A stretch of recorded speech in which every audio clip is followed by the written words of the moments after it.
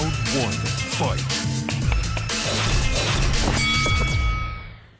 안녕하세요. 박종원의 경제한방입니다. 정말 증시 한 치 앞을 내다볼 수가 없을 정도로 요동치고 있는데요. 지금 뭐 당장 나스닥 지수가 떨어지는 줄 알았더니 또 폭등을 하기도 하고 도대체 시장이 어디로 가는지 종잡을 수가 없습니다. 이럴 때일수록 정말 시장을 냉철하게 바라보면서 진단을 해주실 분, 그런 분을 모셨는데요. 바로 교보증권의 박병창 부장님입니다. 안녕하세요. 네, 안녕하십니까.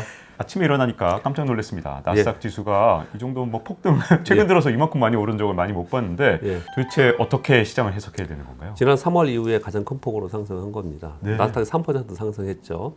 S&P 500이 역사적 신고수 근처에 있고요. 그리고 애플이 지금 역사적 신고가 경신했고요. 네. 그리고 필라델피아 반도체 지수가 역사적 신고 지수입니다. 다 역사상 최고치군요, 지금. 지금 오늘 어마어마한 날입니다. 네. 그것만이 아니고요. 어제 아시아 주요 증시, 유럽 증시, 미국 증시가 몽땅 다 상승했습니다. 네. 근데 직전까지만 해도 오미크론도 걱정이다. 네. 그다음에 미국에서 테이퍼링 속도를 빨리 하게 되면 금리 인상도 빨라지는 거 아니야? 그러면서 네. 이게 악재가 한두 개가 아니라 네. 여기다 헝다까지 터졌단 말이죠. 네, 맞습니다. 지금 상황을 어떻게 봐야 되는 거죠? 여러 가지들이 많은데 지금 오늘 이유를 파우치 소장이 오미크론이 그렇게 심각한 게 아니다, 뭐 이런 것들 때문에 떴다라고 오늘 여러분들이 보시면 뉴스들이 이렇게 나와 있어요. 그것만으로 이렇게 떴을까? 네. 그건 좀 그렇죠. 납득이 이렇게 납득이 안 되죠. 네. 오늘 아침에 이렇게 황당했어요. 사실. 근데 다들 그냥 뭐 떴으니까 됐다 뭐 이러고 넘어갈지 모르지만 그래도 한번 짚어봐야겠죠. 저는 그거보다도 중국의 지수율 인하가 큰 영향을 줬을 것으로 생각을 하고요. 네. 또 하나는 지금 독일 얘기를 좀 하고 있는데 이건 아직까지는 명확하지는 않습니다. 독일이 전통적으로 통화정책이나 아니면 재정정책에서 긴축을 했던 국가예요. 왜냐하면 뭘 완화하자 그러면 돈을 제일 많이 내라 그러니까. 네. 그래서 항상 좀 스탠스가 그랬는데 이번에 정권이 바뀌었지 않습니까? 그러면서 다소 완화 기조로 가지 않겠냐라는 얘기들이 있었습니다. 네. 그런 부분들이 작용을 한 게 아닌가 생각을 하고요. 저는 그게 더 크다고 생각하고요. 오미크론보다. 네. 그리고 또 한 가지는 다음 주에 이제 FOMC 회의를 하면 이제 월 150억 달러에서 300억 달러씩 해서 네. 1분기 내에 테이퍼를 종료하겠다 이렇게 얘기를 하는 거잖아요. 시장은 이런 것 같아요. 이제 과거의 경험을 보면은 테이퍼링 한다라고 발표가 되면 흔들려요. 네. 흔들렸다가 그러다가 또 다시 조금 안정화됐다가 테이퍼링 직전에 되면 또 흔들렸다가 테이퍼링 하는 동안에는 사실은 안정화됐었어요.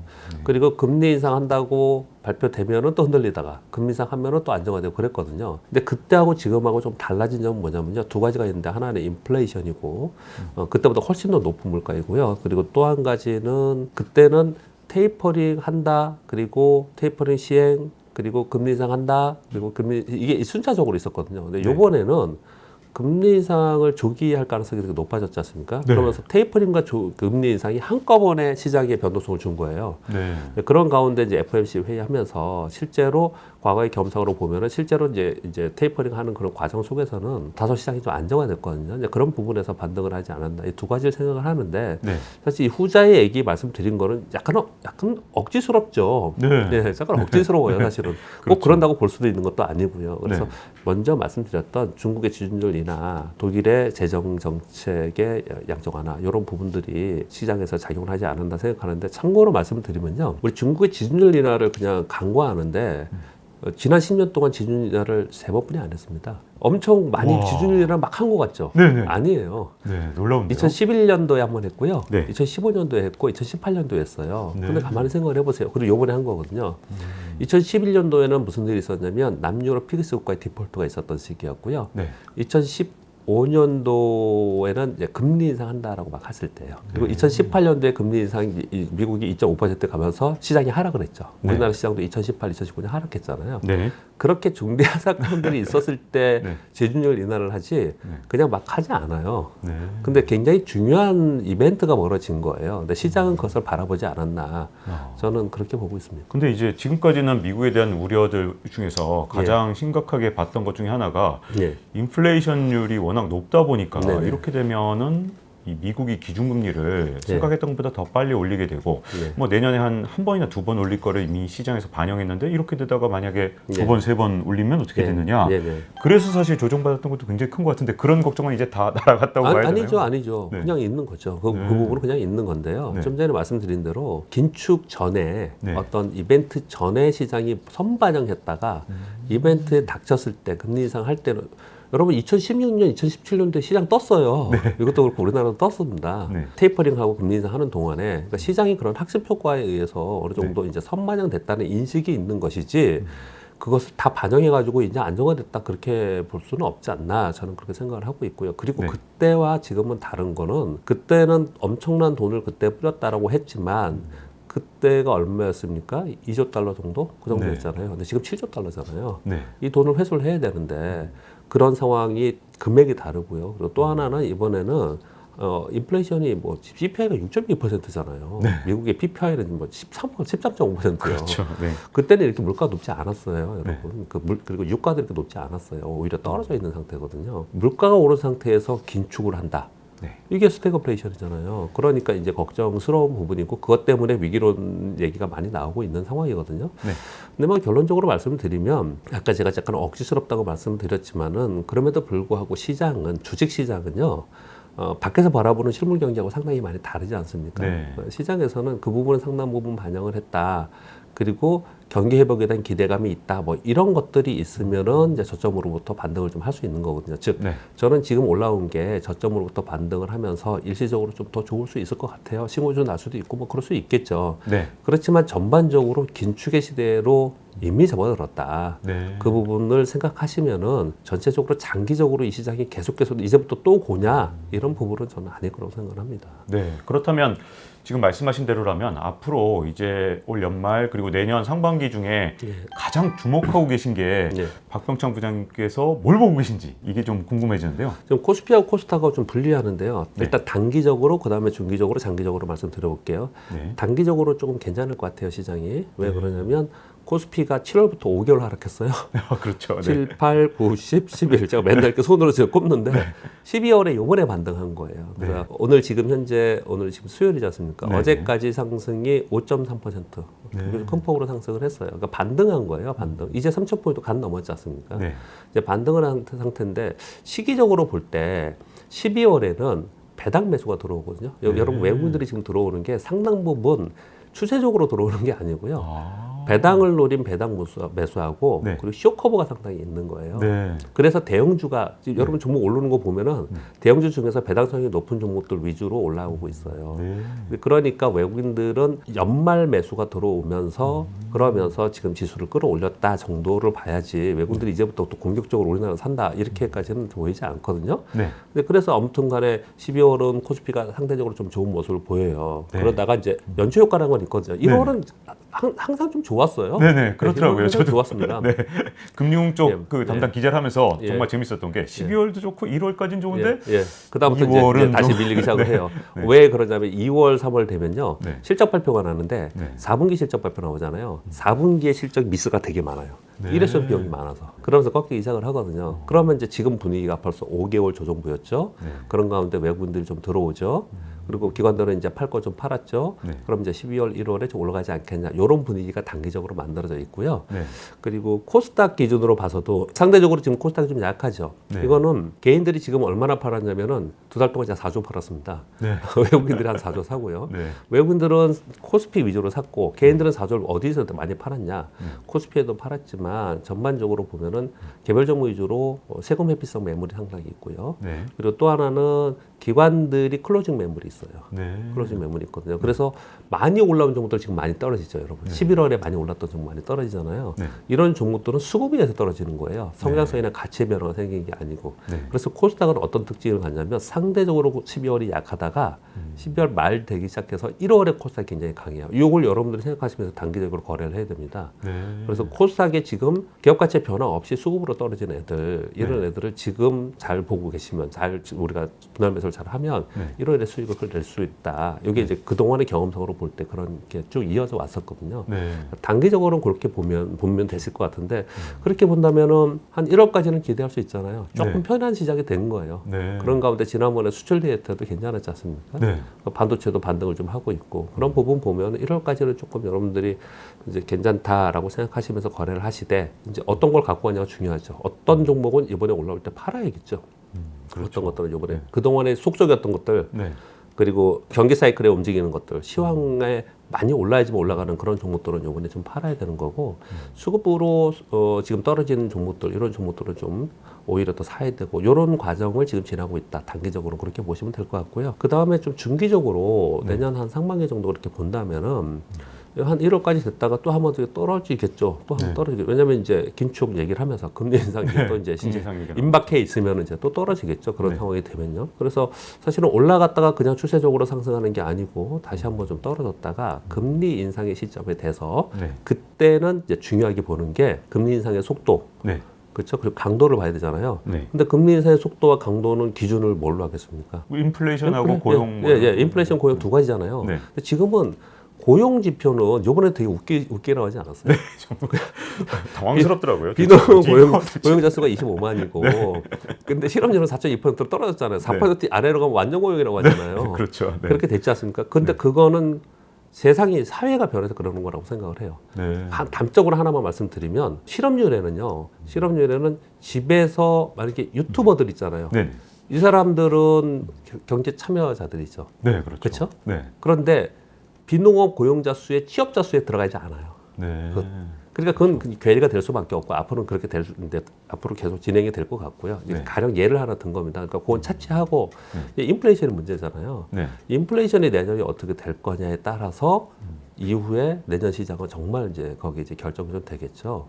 그래서 중기적으로는 그래서 단기적으로 한 1월까지 올랐다가 그 다음에 좀 밀렸다가 그 다음에 내년 하반기와 그 후년에는 뭐 애널리스트 분들의 자료들을 보면은 뭐 2023년이 좋다 이런 얘기를 하는데 저는 직접 투자를 하는 사람이기 때문에 그냥 그 가이드라인은 보지만은 잘 안 믿지는 않고요. 그냥 제가 보고 눈으로 확인하고 지표들을 확인하고 거래를 하는 편인데요. 왜냐하면은 그 당시 그 내년 하반기 가서 인플레이션이 어느 정도의 수준이냐에 따라서 상당히 많이 달라질 것 같은데 내년 하반기요? 내년 하반기에 그래서 가정을 하겠습니다. 지금 일시적이라는 말은 후퇴 있지 않습니까? 근데 그런 상황에서 이제 물가가 어느 정도 완화되면서 물가가 많이 올라갔던 것에서 많이 완화되면서 정상화 수준으로 가면서 경기가 회복되는 그런 수준으로 가면은 그러면 금리 인상 해도 아마 시장이 뜰 거예요. 금리하고 같이 뜰 거라고요. 그런데 이게 계속해서 지금 코로나도 안 잡히고 병목 현상도 안 잡히고 이런 상황에서 계속 있는 상태에서 만약에 금리 인상을 단행하는 그런 과정이 되면은 그러면은 또 하락하겠죠. 요거는 이제 그때 가서 그 과정에서 맞출 수 있을 것 같아요. 그러니까 지금 핵심은 뭐냐면 그러면 내년 1분기 지나고 2분기 지나고 특히 2분기 지나면서 인플레이션 지표가 어느 정도의 수준에 있느냐 이게 가장 핵심인 것 같습니다. 지금. 인플레이션에 대해서 지금까지는 어쨌든 지난해 워낙 코로나19 때문에 낮았기 때문에 기저효과다. 올해까지는 그러고 있잖아요.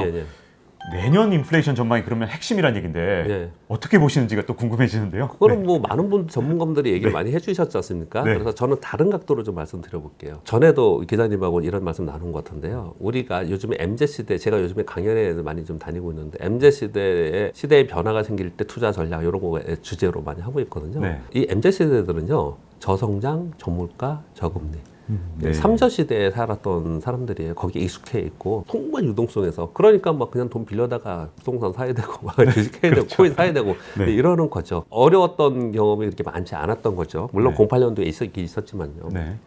그 얘기를 먼저 꺼내는 이유는요. 보세요. 저물가, 저성장, 저금리였어요. 근데 팬데믹이 작년에 생겨버렸어요. 그러면서 갑자기 성장이 기저효과에서 고성장이래. 엄청난 고성장을 일시적으로 우리가 맛봤지 않습니까? 거기에 물가가 지금 올라가고 있어요. 고물가. 이제 금리도 올리고 있다는 거예요. 그러면 팬데믹이라는 사건 때문에 저성장 저금리에서 그리고 저물가에서 이제 고성장 고물가 고금리로 갈까? 저는 어렵다고 생각합니다. 사실 저는 어렵다고 생각합니다. 팬데믹으로 인해서 돈을 풀어놔서 그리고 병목 현상에 의해서 그리고 뭐 노동의 부작용 뭐 이런 것들 때문에 노동 인구의 부족 이런 것들 있지 않습니까? 그래서 물가가 올라간 거잖아요. 지금 인플레이션 얘기를 하고 있는 겁니다. 물가가 지금 올라갔는데 그러면 그 인플레이션으로 인한 것이 소비자가에 전가되면서 그러면서 정말로 기업의 실적이 좋아지면서 성장이 고성장으로 갈 거냐. 그래서 그것에 연동하면서 금리가 고금리로 갈 거냐? 쉽지 않을 거다. 왜냐하면 이건 정말 인플레이션 팬데믹 때문에 생긴 어떤 특이한 현상이 아닐까 그렇게 생각을 한다는 거죠. 네. 근데 일반적으로 생각을 해봐도 수요는 있는데 공급이 팬데믹 때문에 공급이 안 된 거잖아요. 그래서 물가가 오른 거 아닙니까? 그렇죠. 그러면은 이제 우리가 기대를 하는 게 그동안에 내년도에 좋다라고 미국에서 계속 월가에서 얘기했던 것은 그러면은 이제 팬데믹이 종식까지는 아니더라도 위드 코로나가 되면 그러면 병목 현상이 없어지고 그러면 이제 물가가 안정화되고 파월을 잘 얘기했던 그거잖아요. 네. 그렇게 되면서 경기 성장이 된다 이렇게 얘기를 했던 거지 않습니까? 네. 근데 사실은 위드 코로나가 되면서 물가가 하향 안정화되는 것과 동시에 성장도 하향되는 거예요. 네. 성장도 해야 된다고 봐요. 금리를 한번 말씀드려볼까요? 08년 바로 직전에 글로벌 금융위기 직전에 07년도에 2007년도에 그때 미국의 금리가 5%가 넘었어요. 네. 그리고 2016년부터 2018년까지 금리 인상했을 때 2.5% 정도였죠. 네. 거기까지 갈 수 있을까요? 가기가 쉽지 않을 쉽지 않을 겁니다. 네. 금리가 거기까지 가지 못한다는 것에 여러분들이 공감을 하신다면 성장도 그렇게 가지 못한다고 보는 거죠. 네. 성장도. 네. 그 얘기는 뭐냐면 성장도 거기까지 가지 못하고 금리가 못 간다는 걸 거꾸로 역산해서 생각을 해보면 저는 인플레이션 역시도 이렇게 고공으로 가가지고 이거 하이퍼 인플레이션이 발생이 되면서 저기 남유럽, 남미처럼 이렇게 난리를 칠 거냐. 네. 그렇지 못할 가능성이 상당히 있다라고 저는 생각을 하고 있고요. 네. 그렇게 만들면 전 세계가 정말 어려워지는 거잖아요. 그렇죠. 연준에서 가만히 있겠냐. 미 행정당국이나 중국 행정당국에서 가만히 있겠냐. 가만히 있지 않을 거라니까요. 연준이 지금 가장 걱정하는 거는 저는 경기가 아니라고 생각해요. 물가라고 생각합니다. 네. 그렇죠. 얼마나 물가에 대한 걱정이 많으면 네. 이번에 물론 연준, 그러니까 미 행정당국에서도 비축이 방출했잖아요. 네. 이거 역사상 가장 큰 비축이 물량으로 네. 방출한 거거든요. 네. 중국도 했어요. 네. 그렇죠. 얘네들이 맨날 싸우는데 거기 공조했습니다. 그러니까 그만큼 물가에 대해서 걱정을 많이 하고 있는 거예요. 그것을 지금 인지하고 있고 물가가 지금 이렇게 해서 더 올라가는 부분에 대해서 상당히 걱정을 하고 있는 거거든요. 그런 부분들 때문에 계속해서 제어를 할 거예요. 물가의 부분에 대해서는. 네. 그런 부분들을 본다면 물가도 여전히 시간이 흘러가면서 하향 안정화되는 것은 맞다. 네. 파월 의장이 물가가 인플레이션이 발생되는 게 일시적이라는 것을 요번에 뭐 빼겠다. 이제 그런 얘기 안 하겠다라고 네. 했던 거는 테이퍼링하고 금리 인상하려고 했던 거 아니에요? 네. 그렇죠. 그런 얘기들 하는 거 아니에요? 네. 그런 것들에 대한 어떤 정당성을 마련해야 되니까. 네. 근데 결국은 시간이 흐르면서 인플레이션이 고공권으로 여기서 더 위로 올라갈 거냐, 아니면 여기서부터 그래도 하향 안정화 될 거냐 보면은 하향 안정화 될 가능성이 더 높다라고 저는 생각을 하고 있는 거고요. 네. 그런 가운데 성장도 마이너스 됐다가 막 네. 마이너스 수십 퍼센트 됐다가 플러스 수십 퍼센트 됐다가 그랬다가 내년도에 5%막 이렇게 우리나라 3% 이렇게 얘기하잖아요. 근데 네. 사실 그것도 굉장히 고성장입니다. 네. 팬데믹 때문에 아직 그 여파가 있는 거죠. 네. 그 그렇죠. 여파에 의해서 성장이 고성장이 있는 거지만 점차로 다시 떨어져서 저성장으로 다시 가지 않을까. 네. 그래서 금리도 예전처럼 2% 3% 갈 수 있을까? 쉽지 않을 거라고 생각을 하거든요. 네. 그렇게 본다면 이제 물가 질문에 제가 대답을 너무 정확하게 말씀을 드렸는데요. 네. 물가는 이제 하향 안정화 될 것이라고 저는 보고서 투자를 하고 있는 거고요. 네. 그런 의미에서 보면은 다시 팬데믹 이전으로 돌아가는 거죠. 전체 시장을 그렇게 이해하는 게 맞지 않을까? 저는 그렇게 보고서 투자를 하고 있습니다. 네. 그러면 인플레이션이 유일하게 지금 현재 우리 증시 그리고 또 세계 증시를 위협하는 그런 내용이라면 그게 생각보다 인플레이션이 그렇게 크지 않을 거라면 우리가 이 내년 하반기 예를 들어서 그렇게 걱정하지 않아도 되는 거 아니냐 이렇게 생각할 수도 있을 것 같은데 근데 최근 들어서 이제 지난주 금요일 날 있었던 일이지만 멍거 버핏의 오른팔이라는 멍거라는 분이 갑자기 이건 좀 더 엄청난 버블이고 닷컴 버블보다 더 심한 버블이야. 더 심한 버블이다. 네, 그렇게 말씀을 하신 바람에 멍거 빔이라고까지 했었잖아요. 그렇습니다. 거의 멍거의 말과 동시에 미국 주가도 폭락, 심지어 비트코인 같은 코인들도 전부 다 폭락, 급락을 했죠. 근데 그런 급락들을 보면서 그러면 우리가 내년에 걱정해야 될 요소가 있는가? 인플레이션만 아니라면 그래도 내년에 그렇게까지 위험한 건 아니지 않을까 이런 생각이 드는데 멍거의 발언을 어떻게 보시는지 좀 궁금하네요. 일단 코인에 대해서 발언한 건요. 뭐 코인 제가 코인을 직접적으로 뭐 이렇게 여러분께 언급드리는 입장은 아니지만 제가 코인 거래소에 지인들이 좀 있어서 코인 이상을 좀 이렇게 들어보니 코인이 이제 끝났다. 코인하면 0 된다. 가치 0이다. 이렇게 얘기했던 게 2009년부터 414건 있었대요. 진짜 많았네요. 414건이나 그렇게 얘기. 그때마다 빠졌다가 올랐다 빠졌다 올랐다. 그래서 코인 쪽에 있는 사람은 아주 강력합니다. 그래서 거의 뭐 신봉하고 있어요. 그러니까 또 떨어질 때 사야 된다. 이렇게 얘기를 하고 있습니다. 그런데 시장이 그런 얘기가 나올 때마다 빠진 이유가 뭘까? 이게 핵심인 거라고 저는 생각합니다. 그렇게 빠진 건 뭐냐? 모두 다 불안해하고 있는 건 분명히 맞다라는 거죠. 네. 그런 얘기가 나왔을 때 닷컴 버블보다 더 심한 버블이 지금 진행이 됐다라고 얘기했을 때 딱 떨어지는 거는 모두 다 제가 이제 그걸 원죄라고 표현을 드렸잖아요. 원죄. 네. 너무 많이 올랐어요. 돈을 너무 많이 풀어놨어요. 이런 우리의 바탕을 깔고 있기 때문에 늘 불안한 상황이 있기 때문에 네. 그런 얘기가 나오면은 급격하게 반응을 하는 거지 않습니까? 네. 그것을 지금 기본적으로 깔고 있기 때문에 하시라도 그런 변동성이 크게 클 수 있다라는 것을 감안하면서 시장이 가고 있는 것이라고 생각을 하거든요. 네. 내년에는 그러면 달라지느냐? 내년에는 똑같이 그럴 거란 말이에요. 근데 2016년에서 2018년 동안 미국이 연준에서 다시 유동성을 좀 걷어들였었어요. 금리 인상하면서. 걷어들이는 동안에 우리 시장이 2018년, 2019년 2년 동안 하락을 했죠. 그 이후에 이제 하락을 좀 했습니다. 그런 정도의 영향은 분명히 있을 거라고 생각을 좀 하고 있고요. 근데 이제 한간에서 얘기하는 시스템 위기가 발생이 되면서 그러면서 급락하는 그런 상황까지는 현재 그런 징후들은 없다라고 생각을 하고 있고 또 그렇게 되지 않을 거라고 생각하는 이유는 지금 시장에서는요. 제가 아까 원죄라고 그랬지 않습니까? 여기에 대한 두려움이 있어요. 두려움을 갖고 있는 상태에서 어떤 것이 작동이 해가지고 위기가 발생하지 않고요. 위기는 언제 발생을 했냐면 금리를 많이 올려놓고 그래서 이제 괜찮다, 호황이다. 이럴 때 뒤통수 치면서 금리 막 올라온 상태에서 그런 상태에서 많이 빠졌거든요. 그래서 저는 근데 지금 단기가 그런 단기가 아니라고 생각을 하고요. 그리고 내년도에 거의 대부분 이렇게 얘기하죠. 역대급으로 어려운 장이 될 것이다. 2022년에 그렇게 말씀하신 분들 정말 그리고 2022년에 뭐 급락이 나타나서 기회가 올 것이다. 이렇게 얘기하는 사람들 많이 있거든요. 근데 제가 워낙에 요즘에 이제 노이즈들이 많아서 감히 함부로 얘기하기 좀 어렵지만 그렇게 생각보다 약하지는 않을 거라는 생각이 들어요. 오히려 신고지수를 향해서 갈 가능성도 있다라고 생각이 드는 이유는요. 시장이 상당 부분 반영을 지금 하고 지금 진행이 좀 되고 있어요. 그런 가운데 소위 말하는 닷컴 버블 그분이 얘기했던 닷컴 버블과 맞먹는 버블이 생긴다. 이 버블은 아직까지 뭐라고 할까요? 더 만들어질 것 같아요. 더 만들어졌다 무너질 거라는 생각이 드는 거예요. 그 이유를 조금 말씀 좀 드려보면요. 이렇게 말씀드려볼게요. 내년에 시장에서 기대를 하는 이유는 전 중국 좀 보고 있는데요. 중국이 여기서 조금만 3%가 4%만 오르면은 6년 만에 고점을 돌파하는 겁니다. 6년 만에 고점을 돌파하는 거고요. 우리나라 코스닥은 1060포인트가 무려 20년 만에 고점입니다. 그걸 돌파하면은 지금 1000포인트 위에 있잖아요. 20년 만에 고점을 돌파하는 거예요. 물론 그 사이에 IPO도 많았고 여러 가지 다른 사유도 있지만 6년 만에 고점, 20년 만에 고점을 돌파하면서 시장이 움직이기 시작하면은 그러면 그야말로 버블을 만들기 시작을 한다고요, 시장이.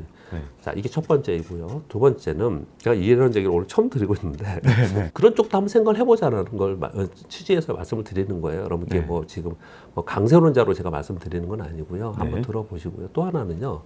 지금 우리 코인 시장에 신규 계좌가 450만 계좌가 됐다면서요. 엄청나죠. 540만 계좌인가? 540만 계좌이고 거래 대금이 2,450조? 이거 진짜 우리 거래소가 2,200조인데 물론 거기는 샀다 팔았다가 회전율이 훨씬 높으니까 그렇긴 하지만 엄청난 돈이 그쪽에 가 있고요. 그쪽에 신흥 보호들이 굉장히 많이 생겼잖아요. 그쪽의 시장에서요. 이들의 특징을 봤을 때 어딘가 만약에 우리 주식시장에서 코스피든 코스닥, 저는 코스닥에서 나올 거라고 생각을 하는데 여기에 버블이 예전처럼 다시 한번 발생이 되잖아요. 아마 또 강력하게 들어올 가능성이 저는 있다라고 생각을 합니다. 그러한 기대 정도로 혹시 예상 외에 시장에 강세 시장이 나올 수 있다. 이런 부분 정도는 너무 약세만 생각하지 말고 그런 쪽도 한편으로는 좀 이렇게 생각을 두고서 염두에 두면서 시장을 봐야 되지 않을까라고 생각을 좀 하고 있고요. 전반적인 시장의 흐름은 전에도 말씀드렸지만 저는 박스권으로 봅니다. 그냥 일반적인 아주 진짜 말씀드려볼게요. 제가 96년 1월에 입사했다고 항상 말씀드렸잖아요. 그 전에 뭐 아무튼 전에는 제가 잘 모르겠고 500에서 1000을 진짜 맨날 1000 가면 떨어지고 500 가면 올라가고 그랬었어요. 그렇게 오랫동안 15년 거의 뭐 굉장히 오랫동안 있었죠. 그렇고 있다가 IMF 외환위기 맞았잖아요.